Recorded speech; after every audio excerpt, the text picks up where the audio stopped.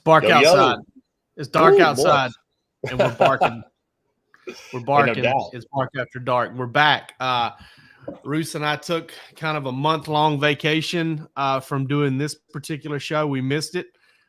We've got to kind of wet our beak, and last night, I guess, a little bit on the Georgia show, and goofed off a little bit there. But there, you make no mistake, if you enjoyed last night's Georgia show with me and Roos acting like fools, we've got limitless amounts of that tomfoolery in us. So it's really all we're good at. It's really we have nothing else to offer, to be honest. Yeah, it really is. I mean, I'm good at nothing else, and really not even that good at that. But actually, I am. I'm good at eating and gaining weight. Really good at that. And I should say you've been a successful father to this point. Well, they're not dead. Well, I mean, you have a lot of them. I do make babies. You're a virile young man. Yeah, but none of them are have been kidnapped, and they're all alive. So I guess I'm pretty good at rearing them as well. But hey, welcome back to Bark After Dark. We really appreciate you guys being here tonight. We are set to have getting a little bit.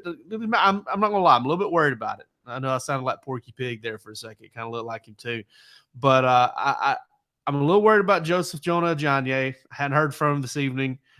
He was all jacked to kind of come on with us and hang out, but ever since I sent him the link to join us, I haven't heard back from him. So we might just be filibustering here at some point. I don't know. You never know what the young man's got going on. He's got more important things to do than hang out with schmucks like us. I know that, but I would agree completely. I mean, when you get a boost in the on 300 rankings like he did today, this may not be your top priority, but we certainly hope that he will be here in short order.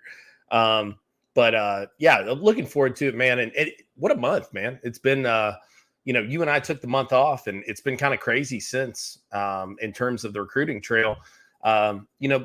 We've talked about this, I think, a little bit in that first episode, but like you kind of brought me into this whole world. And there's nothing that I can really point to that's been anything like what we've just what we've just seen, to be honest with you.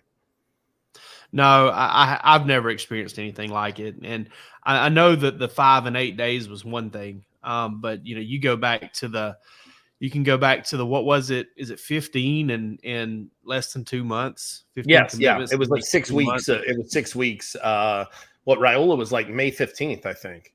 That kind of kept the whole thing rolling. Yeah, it did. And it's been kind of one right after the other. When Raiola committed, Georgia had one commitment on the offensive or defensive line. That was Malachi Tolliver. Now they've got 10 on the offensive and defensive lines combined. It's pretty incredible. Maybe 9 or 10. 10. It's 10. They got 4 defensive linemen. They got 6 OL. Yes. And then 6 OL and 4 D line. Justin Green. Who am I missing here? Joseph Jonah-Ajonye and the Nigerian Nightmares. Oh, and Agboko. Nnamdi Agboko, yeah. So, Christian Okoye leaving a legacy there with the Nigerian Nightmare nickname. Really, excited to ask JJA about that here in a little bit. Hopefully he joins us if you're out there listening. It's a little bat signal here. But, hey, what you drinking? You got any bevs going? Yeah, so tonight I'm drinking one of my favorite beers, and not a beer that you run into a lot, but it's a Hamm's. I'm drinking a Hamm's. From the land of sky blue waters up there in Minnesota, and learned to love that beer at Hilo, one of my favorite spots in Athens, Georgia, when I still lived there. And they kept it on all the time. They always had it in the cooler. There was a guy who drank it consistently, and one day I said, "Hey, what do you like about that beer?" And he said, "Man, it's the cheapest beer they got here, and it tastes pretty good." And so I gave it a run, and he was right. It does taste pretty good. What are you sipping on tonight? Just the same old ranch water. It's kind of what I keep on hand. We're gonna have to break you out. No, I'm not in a rut. I had a Classic City Lager yesterday. Oh, nice. Okay. I don't know, man. Like I've told you before, I got this thing with beer, and if you're in the comments and you want to share with me if you have the same problem as well, go ahead. But I've got this beer. If I have like one too many, and when I say one too many, I don't mean I get inebriated. I mean like I get a little bit of a buzz or whatever. it's like I have midnight menopause is what I call it. I wake up in the middle of the night. I've got hot flashes. I can't go back to sleep. Like I did it a little while back. I play golf, right? Play golf. Had 7 or 8 beers or whatever over the course of the round. The neighbor drove, dropped me off at the house, whatever. We hanging out, go to bed, wake up in the middle of the night, sweating like a prostitute in church. And none in the cucumber patch, I've heard. Yeah. And next thing I know, it's 2:00 in the morning. I can't go back to sleep. So I just get up and start watching TV.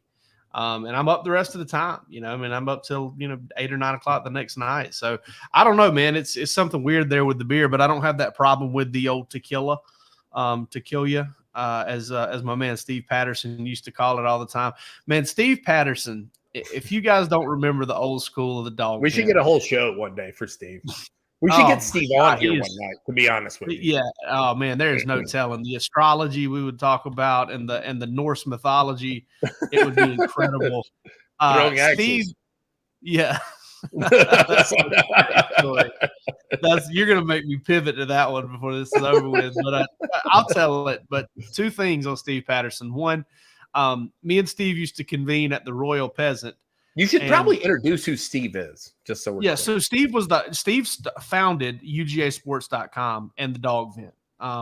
Steve was one of the granddaddies of Georgia team sites, and I will not let any disrespect come upon his name because that fool hired me. He wasn't very smart in doing so, but he hired me, and that's the only reason we're all here right now. Me and Roos hired Roos too, so he used to, hey, meet me at the Royal Peasant. And at the time, I didn't live very far from the Royal Peasant, so I'd meet him over there. And I tell you what, man, I've never met a man that would just say, hey, let's go to this English pub. You want a tequila shot? And the first thing we did, hey, you want a shot of Patron? Nothing more classically English than a tequila shot. Yeah. You want a shot of Patron? Yeah, man, whatever. I'm trying to get you to hire me full time. I'll drink battery acid right now if you'll get me out of this high school teaching job, please. So yeah, Steve, we would do that. It was a blast. We had a good time. One of my kids just swung through here and opened the front door and slammed it. I don't know what's going on. But one of my favorite Steve Patterson stories though is I was still teaching at the time. And I think I was given a test. I get a call. He calls me 3 times back to back. I'm like, oh God, something's going on. So I walk outside and where I can get decent reception in the hallway right outside of my classroom, and I answer the phone, and I answer and say, hey man, what's up? What have I told you about throwing axes? And the things going through my head at this point are, is this a euphemism? Did I say something I shouldn't have said on Twitter?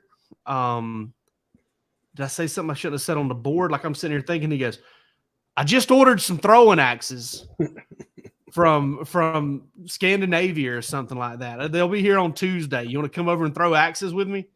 Very eccentric man. But man, when he said that, I was like, oh my God, what's going on here? But did you go throw the axes with him? I don't think I actually threw them. I did go over to his house one time just to kind of hang out, and we all sat around the backyard, and he showed me the axes, but the kids were around.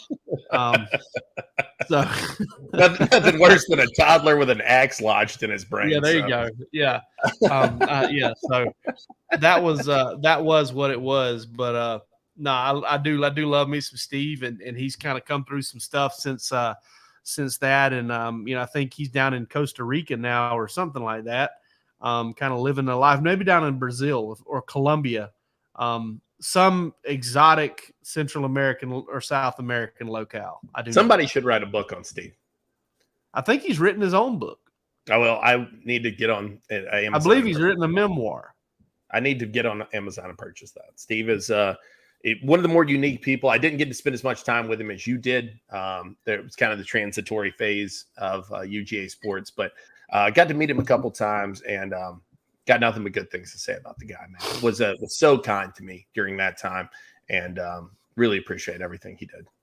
Yeah, man. My dude, did you ever have to go fetch a check out of the mailbox in his Well, garage? buddy, did I? That was most of the Yeah. time that I spent with Steve Patterson was going to fetch the check out of the mailbox, and he would come out in a lot of those cases, and we would talk and chop it up, and it was I think it was an interesting time in his life, and it was in mine too, and Yeah.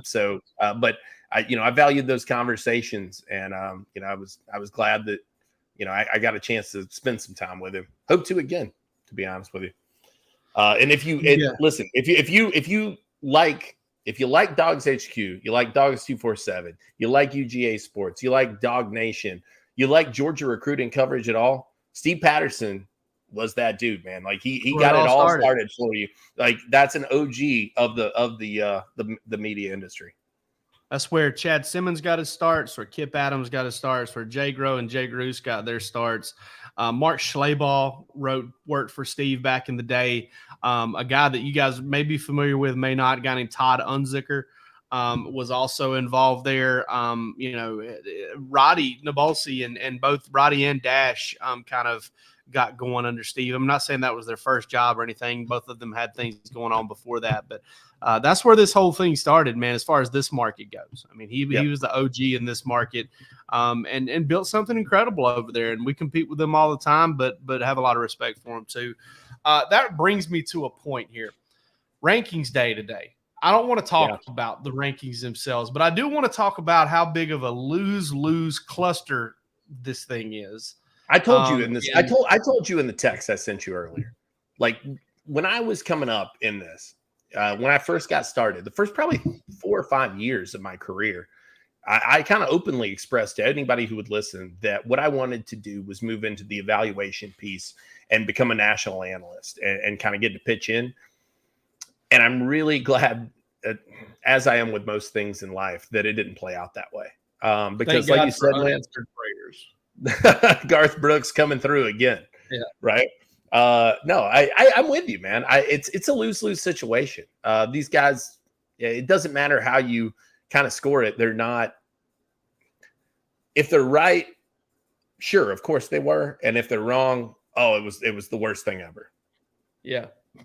If they're right, that was your job. If you're wrong, it's a conspiracy. And that's kind of the way it works. And listen, I don't fault you for thinking this and that. I mean, listen, this whole industry, this whole sports fandom thing is built upon how much do you hate the other team? How much do you really want to beat Florida and Alabama and everything like that? I get it. But I can tell you this, there are a lot of good individuals in this business that do it. And there's no ulterior motives behind it. It's just, you try to come up with a little bit of a system and maybe you make exceptions to that system sometimes. And that system's going to fail you because there is no perfect one. And ultimately that's kind of the way it comes down. I kind of liken it to the whole, RPM, recruiting prediction machine, crystal ball thing is, all right. So if you do one early and you start flip-flopping, then everybody's like, oh, he's a flip-flopper. He doesn't know what he's talking about. Or then if you wait until you've got a really good read on it and you're closer to a decision and you think kid's going to stick to something and you make the pick there, he's just going with the way the wind blows. It's tough to get those right too. And listen, first world problems here. Happy to make as many RPM picks as you want me. Listen, I'm right now. I'm accepting $100 a piece for RPM picks. I'll put Georgia. I'll pick anybody for anybody. We'll put the Venmo in the link description here. So at Jake-Row-5 on Venmo. Send it over. Tell me what you want me to pick, and I will. You're about to get scammed, just so you're aware. Somebody's about to buy Apple Music cards with your stuff, man. Yeah, there we go. No, it sucks, man. I mean, it does. It's a thankless job. It really is. It's everybody wants a 5-star. Nobody likes the guy who creates the 5-star or gives the evaluation for the 5-star.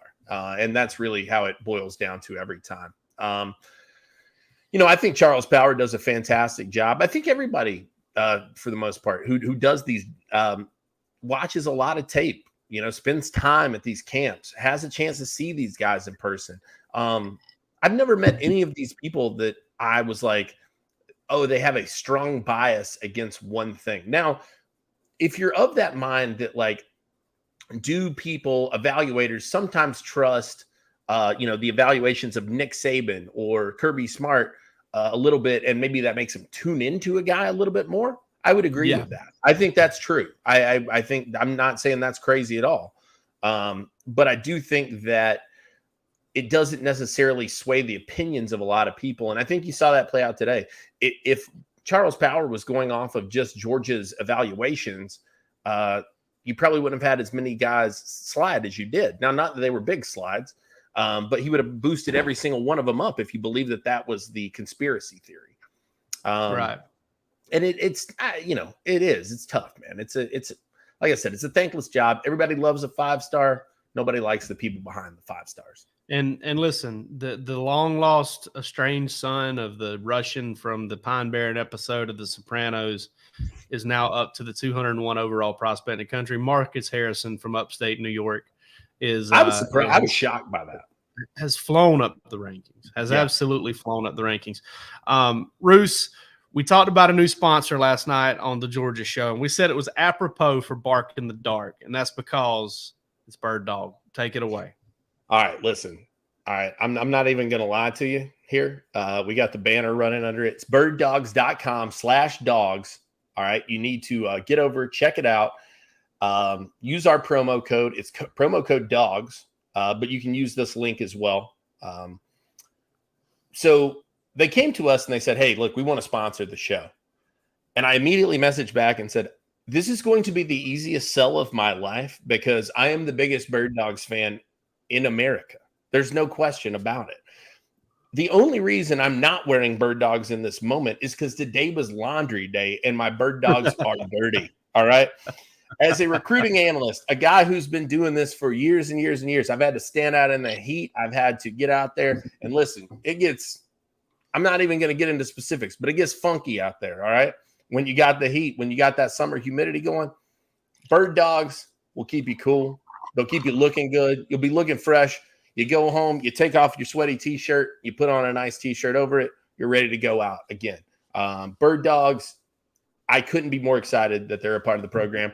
The stretch khaki shorts designed to fit slimmer through the thigh and your leg, give you a truly sculpted look. And listen, they're just going to keep you dry. That's what I got to say. All right. They're going to keep you looking good. And the biggest compliment that I can give Bird Dogs, I've had mine for probably going on about 8 or 9 years now. I've kept very few pieces of clothing that long. My Bird Dogs still hold up, still fantastic. Love them to death. birddogs.com/dogs. Get over, use our promo code. It's DOGS, DAWGS, and give them some love too, man, because they are a fantastic product, a fantastic company. They stand behind everything they make, and everything that I've gotten from them has been aces for years and years at this point. So go check them out. And the man has joined us. Another aces, right? Yeah. Let's go ahead and get this on. Georgia commit, Joseph Jonah-Ajonye, joining us here tonight on Bark After Dark. Sporting some Georgia threads. Sporting some Georgia threads. Yeah. Came with the gear, too. Came with the gear. Yeah, I have to. Joseph, thank you so much for joining us tonight, man. We really appreciate it. Thank you so much for your time. I know it's been probably a crazy couple of weeks just in general. We won't get too much into this whole recruiting thing, but just kind of take us back, man. How did it all get started? How did it come to the point where you decided Georgia was the spot? To be honest, when I felt Georgia was the spot was on my first visit, on my unofficial. On the last day, I was like, yeah, this is it. Because just all the hospitality, the people, and then the potential that I have mixed with the tools that they have, it could make me a really good player, make a lot of money in this game. So, yeah. I get it. One of the things that stands out to me, Joseph, about you and your game, and is really just the length of time that you've been doing this, which is not very long. You're new to this thing, man. Yeah. The progression how do you discover football? How do you kind of fall into this thing? How does somebody, who was the first person who came up to you and said, hey, you ever thought about maybe putting your hand in the dirt and hitting somebody in the mouth? Yeah, so my uncle, when I first moved to America, a couple months living here, I went to go visit him, and he was watching a game, and I just asked him questions, and then he was like, you would make a perfect football player when you're older. But at the time, I didn't want to play football. I wanted to play basketball because my dad played basketball. So I wanted to do, but I didn't actually start playing till my coach, my freshman year, pushed me to play. So that's how it all started. Since that time, I guess, what's been kind of the biggest adjustment for you? You talked about you wanted to kind of go into it playing basketball. You play football now. Was it the physicality? Was it the bigger team? Was it, I guess, what were the harder pieces for you to pick up maybe? Physicality was not a problem, but I feel like the hard stuff was definitely getting my technique right, since I was so new to the game at the time. As of right now, my technique is very good, very refined, but back then, I didn't have any technique. I used the same moves, just the same bull rush, but I changed that during my sophomore going into my junior year, so yeah. So basketball was kind of where it started. Was that kind of, as far as sports goes, was that your first love? I mean, was that what really got you into maybe like competition just in general? Yeah, that was my first love. What did you play? I mean, what positionally in basketball? What are we talking about here? I mean, I assume power forward, if not center, but I would say I would not want to go down in the paint with you. Yeah, power forward and center. Okay. Now, in terms of basketball, how good were you? Like, was it ever a point where you're just kind of like, man, I'm pretty, I can hoop a little bit, I was decent. I was very talented. It was just all talent, really. Right. I wasn't all flashy and whatnot. I can't dribble. I can shoot though. I can rebound. Yeah. Do a layup, but I can't dribble. So right. I was. Okay. So take me back. At what age did you move to the States from Nigeria? How old were you? Okay. 7. Do you remember Nigeria at all? Do you remember like growing up there at all and kind of what it was like? And tell us, man, because I mean, both Roos and I, we love to travel and we love to talk. We love food tourism. We like talking about food and things like that. So is he there? He is. Okay. There he is. He dug out there for a minute. But so I've always wondered what is Nigeria like, and where did you grow up in Nigeria? So Nigeria. I grew up in the capital, so big city. It's hot, but you get used to it, Lots of people. When you grow up in the city, it's basically like living in New York, but it's like a hot New York. Basically. Okay. Yeah. But when you live in the village, there's a bunch of sand. You see all the animals, the cows. And then just people living their day-to-day lives. And everybody's just chilling, minding their own business. One thing that was really weird when I first came to this country is just how random people say hi to you on the street. Like in Nigeria, you don't do that. You mind your business and just, okay. Yeah, stay in your own lane. I bet that was probably a little bit of an issue there in Texas, huh? I mean, like you kind of get down to the, because have you always lived in Texas since you moved over, or was that the first place? Did you guys move to Houston first, or kind of how did it work there? We lived in Maryland first for 2 years, then we came down to Texas. Okay, which one do you prefer? I prefer Texas because of the heat. Okay. You're going to fit in well in Athens is what I can say about that. If you like the heat, you're going to do real well there. Yeah, it gets real warm in Georgia. Real warm. Yeah. What was that transition like, man? I mean, coming from, like you said, you're not used to people saying hi on the street, but, just kind of the overall vibe, trying to acclimate to, Texas, which is honestly quite a unique place in America. Versus being in Nigeria and just, kind of picking up the culture there. And I guess too, what's been your favorite part of Texas other than the heat, I guess? So the transition, it wasn't really hard, but it also wasn't easy. It was in between, I had to get to know the people and then kind of fit in, but I also wanted to be myself. So yeah, that took some time. People thought I was weird back when I was younger, but I'm still myself like I was back then. So now I'm cool, I guess. What I really like about Texas is just like, I don't even like. It's just big, It's a cool state to live in. All right, so go ahead. I'm sorry, I didn't mean to interrupt you. Like there's just like a lot of food, like beef. Yeah. You're on the right show for beef lovers. Listen, I can assure you. That's a great lead in. I was going to ask you. All right, on one hand, you've got kind of authentic Nigerian cuisine. On the other hand, you got authentic Texas barbecue. Which way are you going? Nigerian. Nigerian. All right. Yeah, this is what I was really interested in here because I So know if we hit the Nigerian spot, all right. If we go to the Nigerian place, what are we ordering, man? Like, tell me what I need to tell me what's on Joseph Jonah-Ajonye's order list when you're going to the Nigerian place. All right, personally, what I would order pounded yam and okra soup, my favorite. And then on the side, I'm gonna have some jollof rice and some chicken with some plantains.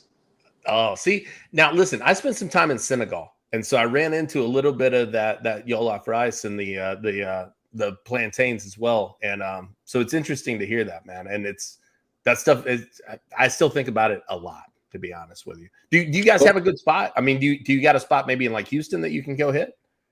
No, I don't eat out much. All I eat is home cooked meals. And jollof rice, they all taste different in whatever part of Africa you're in. Personally, Nigeria is the best. I've tasted all type of jollof rice, but Nigeria is definitely the best. We're just different. Put it simply. Yeah, absolutely. And Nigerian food, from what I understand, I did a little bit of research on this. A lot of stews, a lot of soups, a lot of like rustic, different cuts. What is that? I was going to ask you, what is that kind of doughy like bread that it's like you just kind of rip off a piece of it, and what is that stuff called? I don't know why people compare it to bread because it looks. Yeah, I know. It's just because of the whole dipping it in something and eating it. But yeah. But basically, there's all different types. But like the main ones, it's wheat that they grind up, and then you let it sit for a little bit. And then when you want to cook it, get some hot water. Then you put the grinded up wheat in the water, mix it all up, and then that's how you make it. Okay. I don't know that I've ever. Is it similar to like injera? I don't know what that is. Okay, so that's like some the Somalis, the Somalian cuisine. They have that, or Eritrean. I've had that before, and it's like a big flat bread. It's like a big weird you kind of rip the thing off and dip it. So I didn't know if it was kind of the same thing, but I'll have to give that a shot, man. My sister's probably gonna know all of that because she loves Africa a lot. I only know about West Africa, but she knows about all of Africa. So I got you. You mentioned when I talked to you before your commitment, and you kind of very graciously gave us an interview, and I really appreciate that still. You talked about your sister. Is she older or is she younger? She's younger by 11 months. Okay. Oh, wow. You guys are pretty tight. And you talked about kind of one of the things that you loved about that Georgia visit was how you've never seen her have so much fun, like ever. Like you said that she just kind of came out of her shell. What do you think it was about Georgia? Was it Georgia coaches? Was it Athens? Was it the support staff? I mean, who was it that kind of got her to kind of fire on all cylinders there? I think it was all of that, but I'm going to give it to two main people. So Coach Smart, he did a very great job. And then David Cooper, those two really made my mom and sister had a lot of fun. I'm David Cooper. No, yeah. I was going to say, I'm pretty curious to know about Coach Coop. He's one of those guys that he's not like the coaching staff, right? But he seems like he has a hand in everything, man. And he's always got the great tweets. What can you tell us about Coach Coop, man? Because he's not a guy that, like, I don't feel like Georgia fans know him very well. Bro, Coach Coop, bro, he has one of the best personalities I've ever experienced on this planet. Like, when the first day I met him, like, we just clicked instantly. Like, he knows how to get along with different types of people off rip. It's actually kind of amazing. Like, yeah. I don't know if he's the coach that I've heard this about. I don't know exactly. I don't know who it is, but I've had multiple people tell me that there's a support staffer that kind of either walks around singing all the time or he walks around dancing all the time. Is that Coach Coop? Is he that kind of guy that just kind of he's always moving, always making some sounds? Yeah, that's Coop. That's cool though, man, because I mean, you know, one of the things that and I wrote a story about this years and years ago, and I haven't done it since. I probably need to. Is I wrote a story kind of about these people who make the engine run, you know, like at these programs. And I know you probably met a lot of them. Whether you were going, you know, I don't know if you got the chance to visit Oregon, but you probably saw some similar people at Oklahoma. Some similar people at Texas Tech who are kind of the support staffers. Their names aren't, you know, maybe they don't even have big titles or anything. They're just people that are involved with everything, and they, you know, they kind of make it all work. But it's one of those interesting aspects. How much did those people just across the board, not just Coach Coop, but the people at Oklahoma, the people at Texas Tech, the people at Oregon, those non-coaches, how much of an impact did they have on your recruitment, and how many good relationships did you build there? They had a pretty good impact. You know, their whole job is just to make the recruits feel comfortable and home as possible. And I feel like they all did a very good job, especially at Georgia and Oklahoma, you know. Yeah.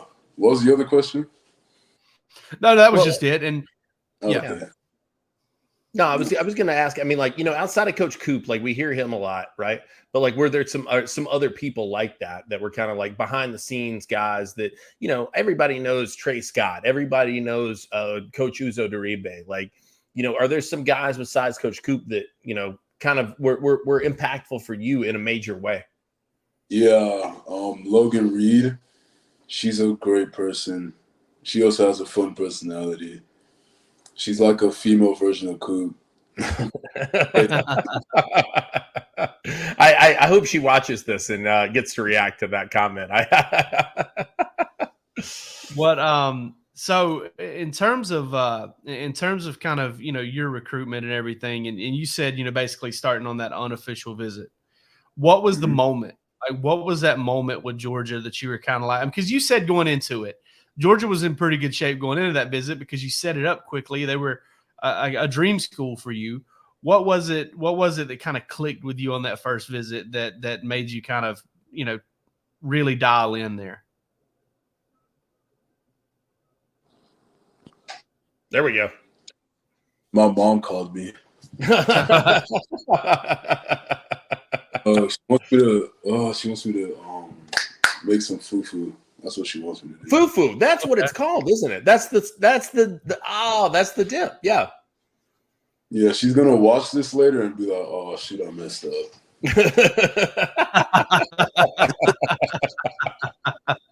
That's hilarious, dude. Well, do we need to let you go? Do you got to get going? I mean, listen, I ain't trying to get in the way at dinner time. I'm gonna text her. Now I'm doing the interview. She'll understand. She should. This is the first on Bark After Dark. I gotta say, we've never had. I mean, I've texted my mom on Bark After Dark at some point, I'm sure, but I don't know that we've ever had a guest do it. So yeah, I don't know that I've ever come between a family and their supper before. I mean, I feel bad about this. Yeah, well, you know, Huggy Bear had to go wash that time, so yeah, he did. He did. My bad. Oh, you're good, man. No problem. Hey, let me skip my last question. because I think that's probably been asked before. I do want to ask you this though. Obviously Oklahoma was in good shape for you for a while. How hard was it kind of calling them and telling them that it wasn't going to be them? It was shoot, man. I had just woke up from a nap, and Coach Bates was texting me, so I just called him, and like it was I don't want to say it was awkward, but I had to man up and just say like, "Hey, Coach, I don't think I'm gonna be coming to OU," and that's exactly what I did, and he took it like a man, And he was just like, "All right, well, that sucks." 'Cause he really wanted me to come there, and we had built such a close bond too. So, well, yeah, I feel like that's something that folks don't really understand, because I've talked to a lot of different recruits who kind of have that same thing. It's like you have to tell them no. You build a lot of really close relationship. I mean, these guys are good at building relationships. They like building these relationships. That's why they like to recruit. And you connect with some dudes, and then and get to know them, and they speak into your life, right? They give you, there are probably conversations you had with Coach Bates that made your day better over the past couple of years, that he lifted you up and probably got you in a better mood. And then to have to tell him no, it probably is the worst part of this entire process for a lot of guys, is just having to call those coaches and tell them no. Yeah. Well, Jake asked his question, and I'll ask you mine. Let's assume we're going to suspend reality in a big way here, because this is not even close to the truth. But let's assume that I'm a 5-star recruit, and I'm considering Georgia, and you and I are hanging out on a visit. How are you going to sell me? Tell me what it is. What got you sold, and how are you going to sell me on what it is about Georgia for you? So the type of person I am, I'm completely blunt and honest all the time. So I'm just telling them the truth. Like, I'll be like, bro, if you want to go to the league and you want to get developed and you have like high NFL dreams, this is the place to be, especially if you play on defense. That's exactly what I'm saying. Kind of inarguable at this point. I think it would be hard to argue with you. So let me ask you this. You're 16 years old. All right. Mm-hmm. I think you turned 17 in November, like November 20th or something. Is that right? Yeah. Yeah. So how does this happen? I mean, you should be kind of even if your birthday, even if you turned 18 on November the 20th, you wouldn't be an old senior. You would just kind of be a regular age senior, but you should be a 2025 kid. How did you end up ahead of the game like this? I think it's because I didn't do second grade when I got here. I skipped the second grade and went straight to the third grade. And yeah. Well, you got to and I think you probably know this, especially living in Texas now. Largely, it operates the other way. Normally, if you're a big kid, you get held back a year or two. Yeah. So it's not normally that you skip a grade. So much. Yeah, I don't know if you got any. I don't know if you're going to have any 19-year-old teammates this year, but it can happen. I don't listen. I don't mean to put you on the spot, but I will a little bit. Justin Williams, we hear a lot about Georgia there. How you feeling about it, and what are you saying to him? I guess you're giving him that pitch you just gave to us, yeah? Yeah, to be honest, I've been praying every single day that he comes to Georgia. And I feel, in my heart, I feel like he's going to come. That's just me. Hopefully he does, because playing with him would be amazing. He's I was going to ask, how special would it be if you guys were able to keep this thing going? He's basically my older brother. That's what Justin is to me. He's taught me a lot, Those days in practice, they were conditioning, and I'm like out of it, gassed. He always keeps me going. And just the competition, yeah. So, yeah. Well, my last question for you is also related to him. We see his film, all right? It's really impressive, and he's a 5-star prospect. How good is he up close? How good is he in person? I know a lot of times you're engaged and you're trying to beat a block or you're trying to do your own thing, but you probably get a chance to get a glimpse of him, from here or there. And I mean, is he the number 1 linebacker in the country? Is he that good? Most definitely, bro. At practice, let me tell you a funny story. So at practice, we have no pads on. So I'm doing my own thing, trying to work my moves and whatnot. And out the corner of my eye, I see Justin run like full speed at this little kid with no pads on, this sophomore that has football dreams, and just hit stick him. like he doesn't care at all.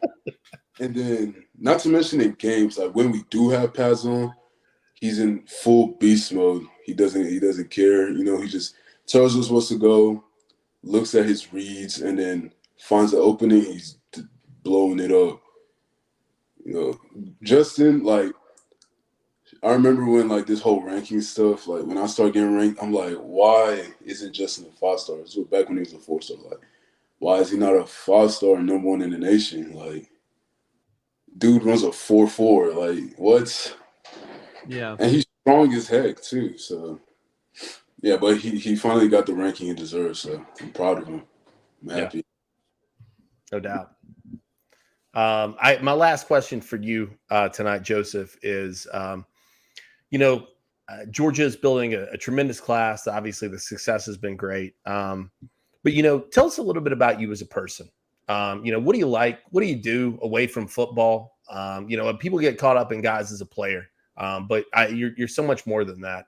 What do you like to do when you're not out there, sweating it out and running sprints and hitting guys in the mouth?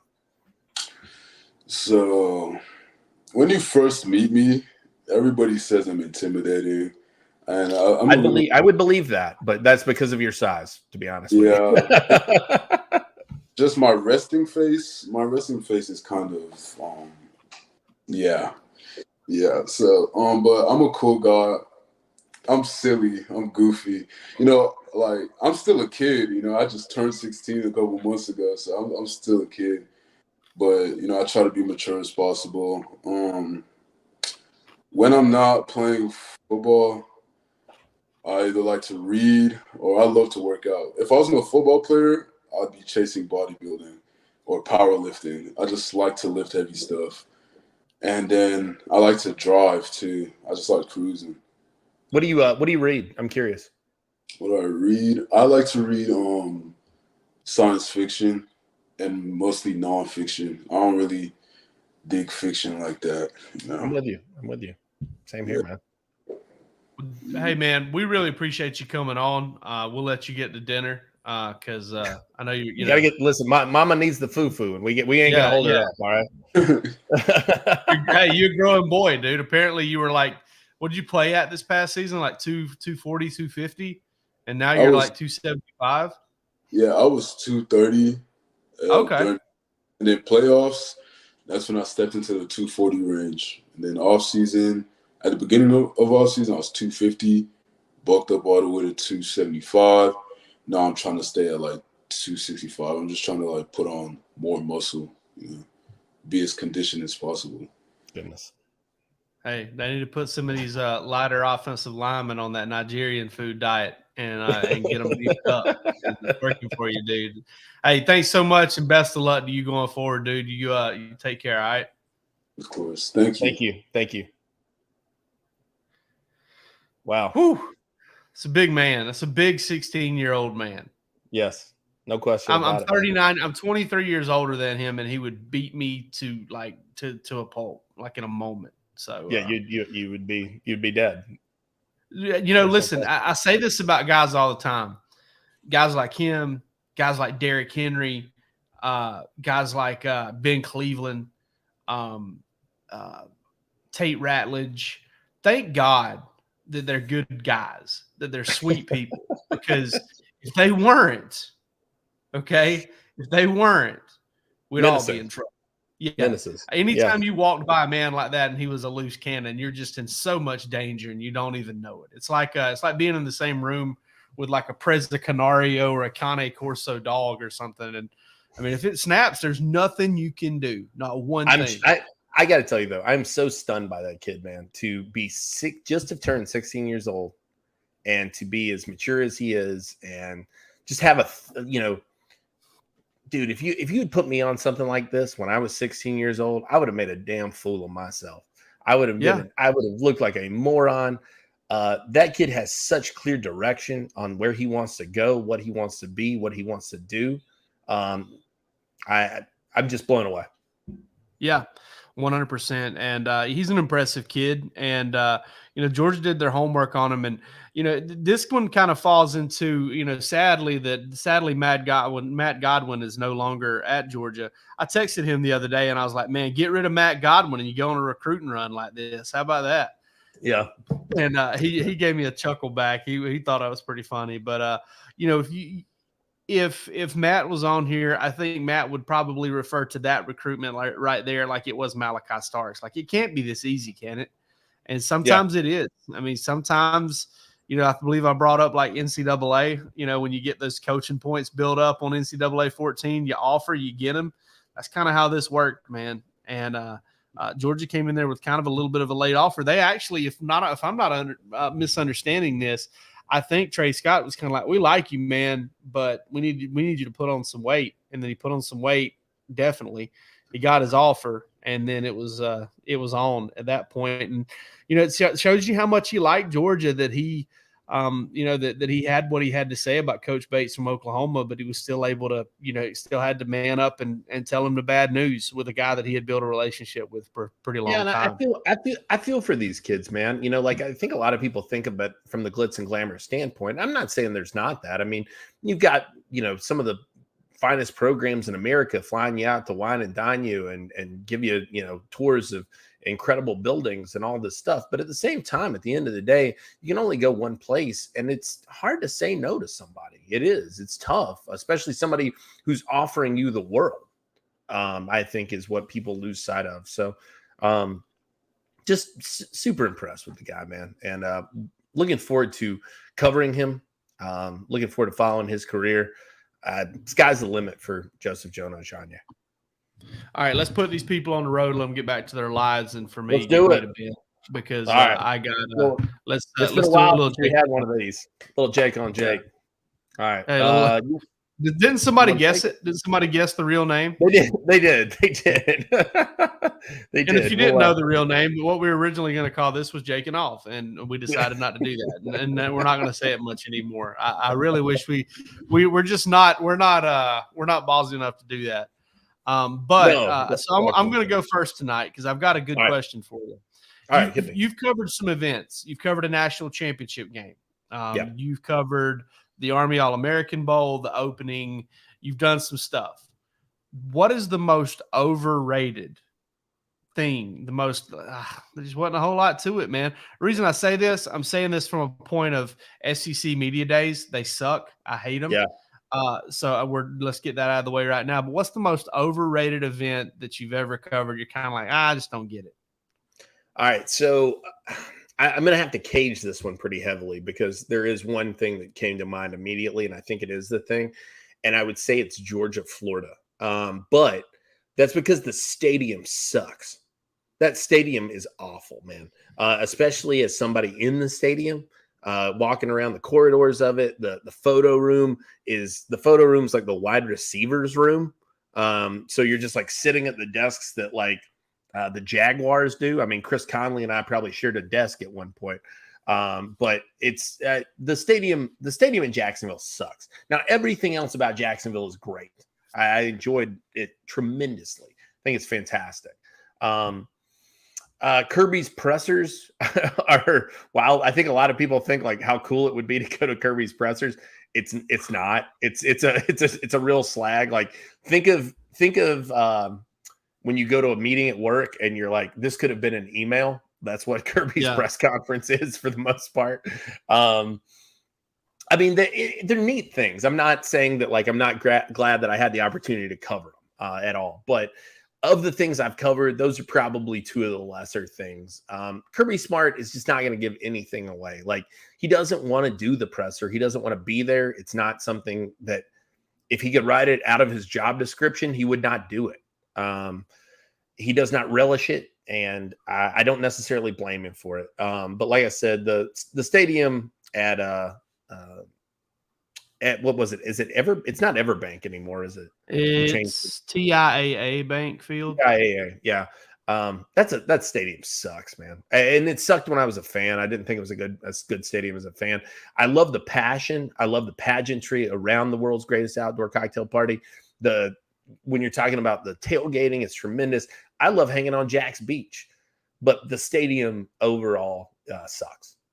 I would say. I will say that, but I will say this before anybody gets crazy with it, because I know people on Twitter will say this: keep it in Jacksonville. Yeah. Well, I mean, I don't care if they keep it in Jacksonville or not, but I will say this: I've never been blown away by the stadium. I've never really had a big problem with the stadium, other than the food that they serve the media. Oh, it's horrible. You know. So, now I just let you know. We were cafeteria food. It is, and we were talking to Staples about this. I've got a routine that I go by now to make sure that I get fed before I go in there. So, but I've always enjoyed my time down there. I've probably been to that game, as a fan, as a student, as a working. I've probably been to that game there more than any other game. Period. I've seen Georgia and Auburn play the most. I feel like I don't think I've missed a Georgia Auburn game at home since 1995. I don't think I've missed a Georgia Auburn game in Sanford Stadium since 1995. So I've seen them all since then. But yeah, what you got? All right. So I'm going to stick in this vein. I didn't really know what I was going to ask you coming into it, but I'm going to kind of stick into this vein. What's the place you're most excited to go to that you haven't been? Because Georgia, you've got Texas coming up now. Austin will be great. You haven't had a chance to go to Kyle Field and play. Like, there's some stuff lingering out there for Georgia in the next couple of years.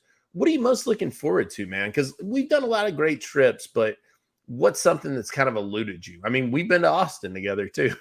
Yeah, we have. I want to go to Austin. I really do want to go back to Austin, and I want to, we've talked about maybe doing an RV trip and documenting the whole thing. We need to do that. I agree. I think it'd be a lot of fun. Rusty had a good point though. He said, it'd be a lot of fun getting there, but you turn around and come back, air quality in that thing is going to be bad. You're scraping me off the floors. I mean, you're just, I mean, maybe we just burn the RV and fly back. I don't know. Where have you not been in the West though? SEC West? Yeah. Arkansas and Texas A&M, I believe. And clearly you've never been. Now, wait, but you went to War Memorial, didn't you? But you didn't go to Fayetteville. Arkansas? No, I haven't been to anything in Arkansas. You didn't go to that game?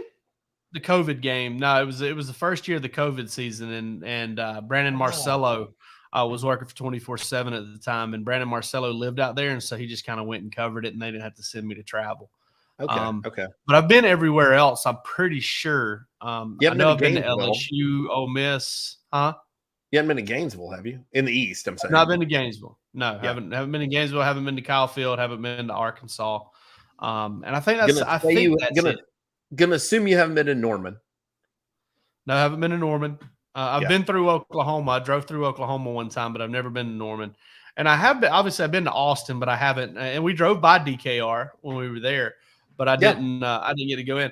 The funny thing is, so I'm going to take a roundabout way of explaining this. I'm a big Tom Segura fan, the comedian, huge Tom Segura fan. He is my sense of humor. All right.